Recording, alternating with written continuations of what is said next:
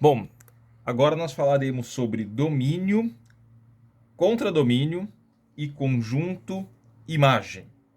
Então, eu tenho aqui uma função f que vai de A em B, tá? O meu A é o domínio e o meu B é o contradomínio.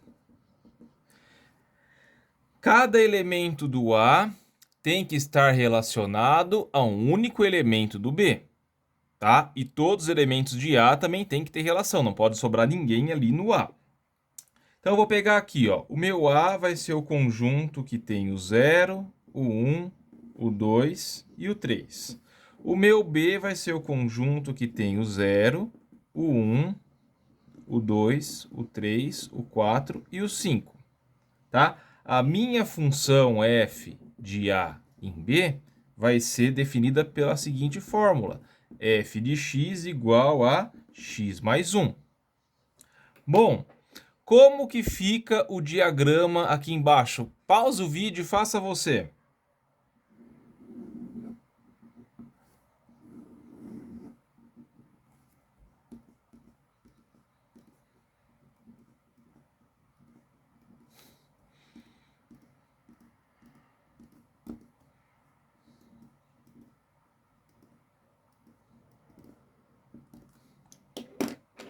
Tá?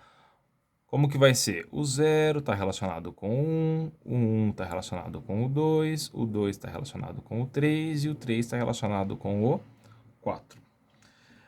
Bom, perceba que até agora todos os exemplos eles são de conjuntos finitos, tá? Não faz muito sentido eu querer fazer um diagrama com conjuntos infinitos. O diagrama não fica completo, né? Mas você pode até colocar ali alguns valores. Por exemplo, se agora esse A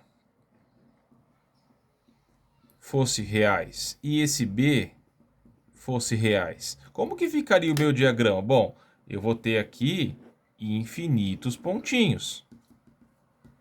Aqui também.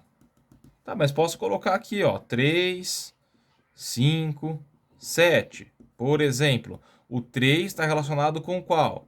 Com o 4. O 5 está relacionado com qual? Com o 6. E o 7 está relacionado com qual? Com o 8.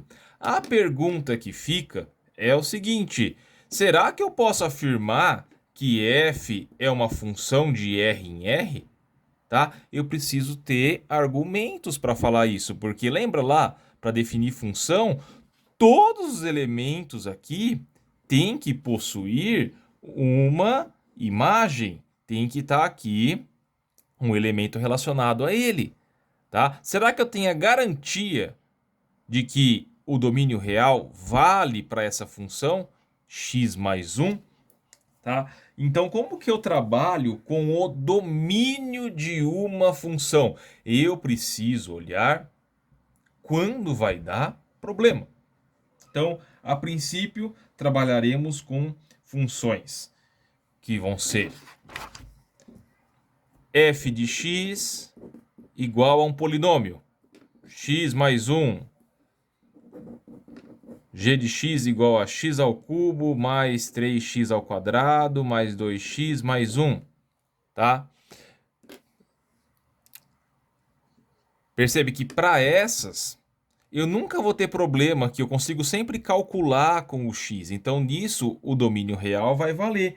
Mas e quando tiver um assim, ó, h de x igual a x dividido por x menos 1? Eu tenho um problema. Tem valor aqui que eu não consigo calcular essa expressão. Qual o valor que me dá problema? Tá? Os valores que me dão problema nas funções que são polinômios no numerador ou no denominador, tá? Não vamos falar das funções especiais que a gente vai estudar durante o ano, vai ser a seguinte regra: não pode zerar o denominador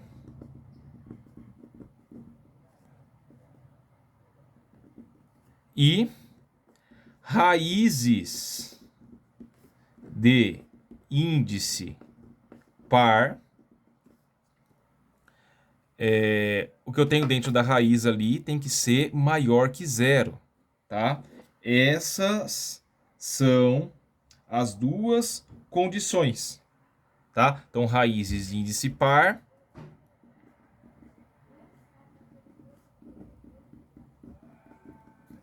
tem que ser positivo ali o que está dentro da raiz. Bom, como que eu vou fazer isso?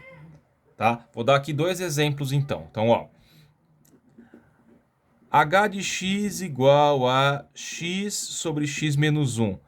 Não pode zerar o denominador. Qual que é o único valor de x que vai zerar aqui? É o 1. Então, o meu domínio da função h tem que ser o quê? Qualquer valor real, exceto os que zeram o denominador, exceto o 1. Esse aqui é o domínio da função. Qualquer valor menos o 1, exceto o 1. Tá? Como que fica, então, professor, o domínio da função k de x igual a raiz de x mais 3, raiz quadrada de x mais 3. E aí, pessoal, o que eu tenho aqui na parte interna do radical não pode ser negativo, tá? Tem que ser positivo. Se ele tem que ser positivo, o x mais 3 tem que ser maior ou igual que zero. Tá? Então, o x tem que ser maior ou igual que menos 3. Como que fica, então, o domínio da minha função k? X pertence aos reais, tal que x maior ou igual que menos 3. Percebe que esse domínio aqui é o intervalo? Por isso a gente estudou intervalo, tá? Ou o domínio da minha função k vai ter que ser o quê? Fechado em menos 3 até o mais infinito aberto. Então, para eu determinar o domínio da função, às vezes eu tenho que resolver uma inequação. E às vezes não é tão só assim, não é simples assim. Tenho mais coisas para fazer. Bom, e o que vai ser o conjunto imagem? Conjunto imagem, ele vai ser o quê? Um subconjunto do contradomínio, tá? Que é constituído pelos elementos y, que são imagem de alguma coisa, tá? Deixa eu voltar aqui então. Vamos olhar nesse exemplo aqui, ó, que foi o primeiro exemplo da aula. Qual que é o conjunto imagem? Qual que é a imagem de f? Tá? A imagem de f. Olha aqui. Quais são os elementos de B que são imagem de alguma coisa?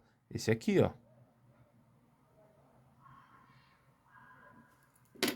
Tá? Então, o conjunto imagem aqui vai ser o quê? 1, 2, 3 e 4. Vamos formalizar, então, o que é conjunto imagem. Então, se f de A em B é uma função,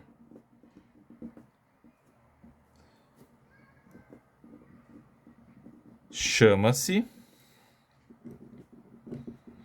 conjunto imagem de f, o subconjunto, tá? Ele é chamado assim, IM, do contradomínio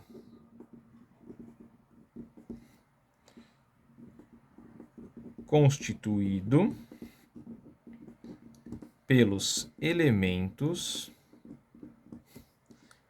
y que são imagens de algum x do conjunto A, que é o seu domínio, tá? Então, eu vou colocar aqui alguns exemplos de função e a gente vai falar quais são, qual que vai ser o conjunto imagem. Então, aqui, 0, 1, 2, 3. aqui o 5 e o 7. Vamos colocar aqui primeiro. 4, 3, 6. Então, ó, aqui está o A, aqui está o B. A minha F vai fazer assim. O 0 está relacionado com o 4, o 1 com o 5, o 2 com o 3, o 3 com o 6. Tá? Qual que é a imagem de F? A imagem de F é esse aqui, ó. É um subconjunto do contradomínio. Então vai ser o 4, o 5, o 3 e o 6. Próximo exemplo.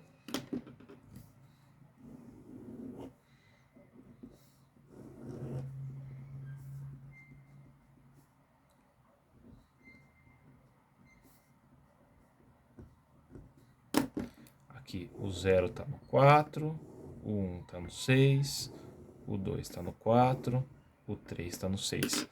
Pessoal, isso aqui é função.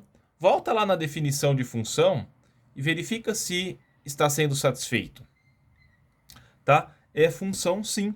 Mas, professor, eu tenho aqui o 4 sendo relacionado com dois elementos. Na lei de formação, na regra de função, ele fala o seguinte: cada elemento de A tem que possuir uma única imagem em B, o único elemento em B que é correspondente a ele. Ele não fala que esse B não pode ser correspondente de outros valores. Tá? Então vai ser função sim. E qual que vai ser, vamos chamar isso aqui de G. Qual que vai ser a imagem de G?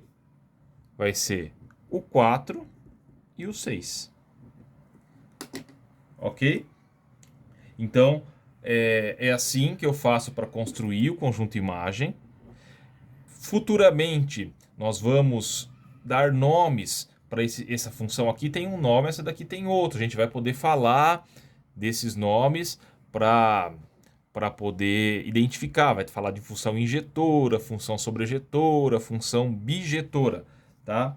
Então, espero que tenha ficado claro aí o que é domínio, contradomínio, imagem, quando que uma relação vai ser função, isso é muito importante, tá? Na próxima aula a gente vai trabalhar com os gráficos de função, quando que um gráfico é gráfico de função ou não, tá? Depois que encerrarmos essa primeira parte que é geral para a função, a gente começa a trabalhar as funções em particular. Então começa com função afim, que você já vira um pouquinho antes.